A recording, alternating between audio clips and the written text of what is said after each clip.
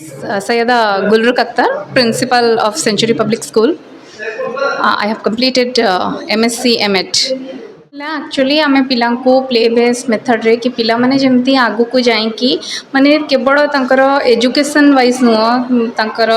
जो रिलीजियस ऊपर भी सब किछि मीन्स से माने ऑल राउंड मीन्स जो तांकर 360 डिग्री एक्चुअली होलिस्टिक डेवलपमेंट तो आमे एटा सेई means century public school actually focuses on holistic development of the students तो बेसिकली आमे फोकस करूछु तांकर कैरेक्टर डेवलपमेंट ऊपर कि पिला माने केमिते डिसिप्लिन हबो कि आगु को जाइकी मीन्स से केमिति गोटे भल मनीषटीए हम एमती नुह कि खाली गोटे मार्क्स रखीदेला से तो सहीटा नुह आमर मेन फोकस रोचे कि आम केमती पिलार कैरेक्टर डेवलपमेंट सहित तार रिलीजियस उपर नॉलेज गोटे पिला जिते पढ़ मीन्स गोटे प्रोभव अच्छी ना कि little knowledge is a dangerous thing तो आम सेटा को मेन इराडिकेट करूँ कि जमती कि पिला एते ज्ञान मीन्स से नौ कहीं बहुत अच्छी मैं आज समुद्रर बढ़िया ज्ञान अच्छी तो ताठू आम केवल ड्रप ही दे पार ना तो पिला को आम से चाहूँ कि जमी सोबर हो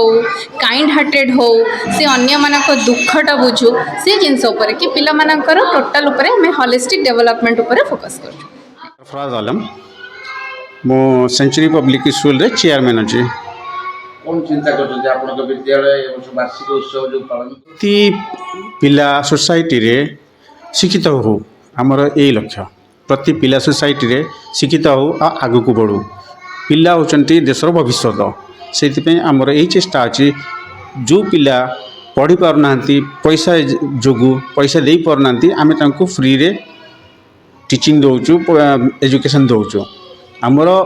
मूल लक्ष्य है पूरा सोसाइटी रे प्रति प्रति पिला से एजुकेशन पाऊ जेमिति हेले भल शिक्षादान कर टैलेंटेड आमर स्मार्ट टीचर गुड़ा अच्छा से भल शिक्षा दियंती Syed Suleman Ahmed century public school में एडमिनिस्ट्रेटर एक्चुअली आम स्कूल गोटे उद्देश्य रहा कौन आम इंग्लिश ओडिया उर्दू हिंदी ता सहित संस्कृत आउ अरबी एगुड़ा आम पिला ये शिक्षा दौचु जिते बड़े गोटे अभिभावक गोटे पिला को स्कूल छाड़ बाहर जिते स्कूल पाठ सारिकी से जो बाहर से गोटे प्रकृत सोसाइटी रे गोटे भल मनीष ही बाहर जो आजिका डेट्रे जो अच्छी आमर हिंदू मुस्लिम भेदभाव जो अच्छी से भेदभाव जमती न रहू पिला माने निज समाज रे गोटे भल मनीष आमे मनीष आम जाति होटी दुई पुरुष और नारी ता छड़ा कौन जाति ना बोली यही जदि चिंताधारा सबू पिला आम स्कूल बाहर ताले भारत गोटे सुना भारत ही बाहर एवं ओडिशा गोटे सुना राज्य हो बाहर एवं आम पंचायत रे भी गोटे सुना पंचायत हो बाहर जोटा कि आम गर्व ज्ञानरंजन पट्टनायक सरपंच नांदोल ग्राम पंचायत ए स्कूल बहु कम दिन भितर आरंभ होते एठी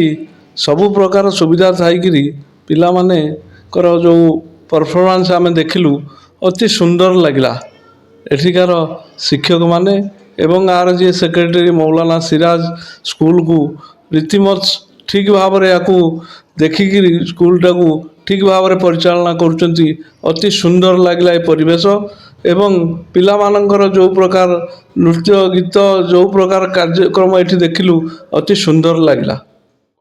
मो शेख सिराजुल इस्लाम सेंचुरी पब्लिक स्कूल रो जनरल सेक्रेटरी स्कूल रो एनुअल फंक्शन अच्छी आउ वर्ष को थोड़े प्रोग्राम तो करा जाए ये स्कूल 3 वर्ष हो गला वर्तमान क्लास 1 रो निके क्लास 4 पर्यंत आमर सिस्टम तो अच्छी नेक्स्ट ईयर रे क्लास 5th आरंभ करिबा ना तो हिंदू बनेगा ना मुसलमान बनेगा पहले तो हिंदुस्तान बनेगा ये हमारो स्लोगान तो अच्छी कि हिंदू भी गोटे धर्म लोक अच्छी मुस्लिम गोटे धर्म भी अच्छी आम भारत एमती देश अच्छी जो सब अनेक प्रकार धर्मर लोक मानवा वाला ये रोचंती जिते बड़े रोचंती तो तांको जदि भल धर्मर भल जिनिस न शिक्षित देवा